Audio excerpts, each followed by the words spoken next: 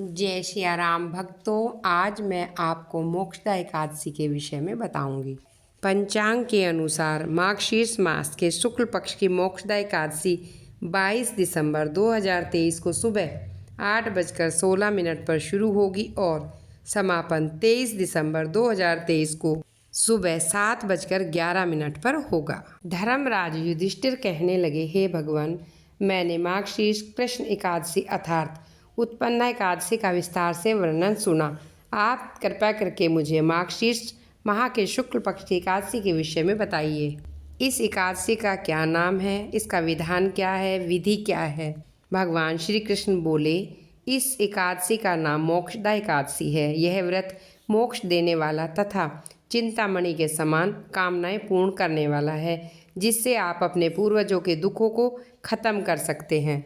इसका महात्म्य मैं तुम्हें कहता हूँ, ध्यानपूर्वक सुनो। मोक्षदा एकादशी की व्रत कथा।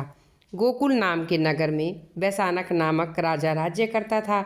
उसके राज्य में चारों वेदों के ज्ञाता ब्राह्मण रहते थे। वह राजा अपनी प्रजा का पुत्रवत व्यवहार करता। एक बार रात्रि में राजा ने स्वप्न देखा कि उसके पिता नरक में है। उसे बड़ा आश्चर्य हुआ। प्रातः वह विद्वान ब्राह्मणों के पास गया और अपना स्वप्न सुनाया। कहा, मैंने अपने पिता को नरक में कष्ट उठाते देखा है। उन्होंने मुझे कहा, पुत्र, मैं नरक में पड़ा हूँ, तुम मुझे मुक्त कराओ।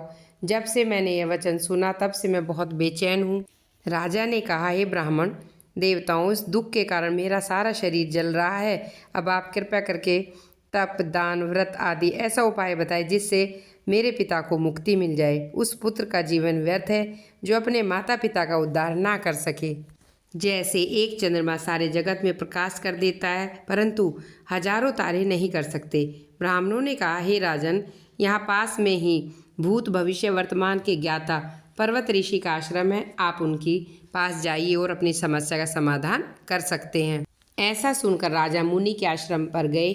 उस आश्रम में अनेक शांत चित्त योगी मुनि तपस्या कर रहे थे। उसी जगह पर्वत मुनि बैठे थे। राजा ने मुनि को दंडवत प्रणाम किया। मुनि ने राजा से कहा, अपना हाल सुनाइए। राजा ने कहा, आपकी कृपा से सब कुछ है, लेकिन अकस्मात मेरे चित्त में अशांति होने लगी है। ऐसा सुनकर पर्वत मुनि ने आंखें बंद की और भूत भविष्य सब विचार करने लगे। बोले, राजन, मैंने योग के बल से तुम्हारे पिता के कुकर्मों को जान लिया है। उन्होंने पूर्व जन्म में कामातुर होकर एक पत्नी को रति दी, किंतु सोत के कहने पर दूसरी पत्नी को ऋतुदान मांगने पर भी नहीं दिया। उसी पाप कर्म के कारण तुम्हारे पिता को नरक में जाना पड़ा। तब राजा ने कहा, इसका कोई उपाय बताइए। मुनि बोले, हे राजन, आप मार्गशीर्ष एकादशी का उपवास करें। उस उपवास के पुण्य को अपने पिता को संकल्प करके दें। इसके प्रभाव से आपके पिता की अवश्य नरक से मुक्ति हो जाएगी।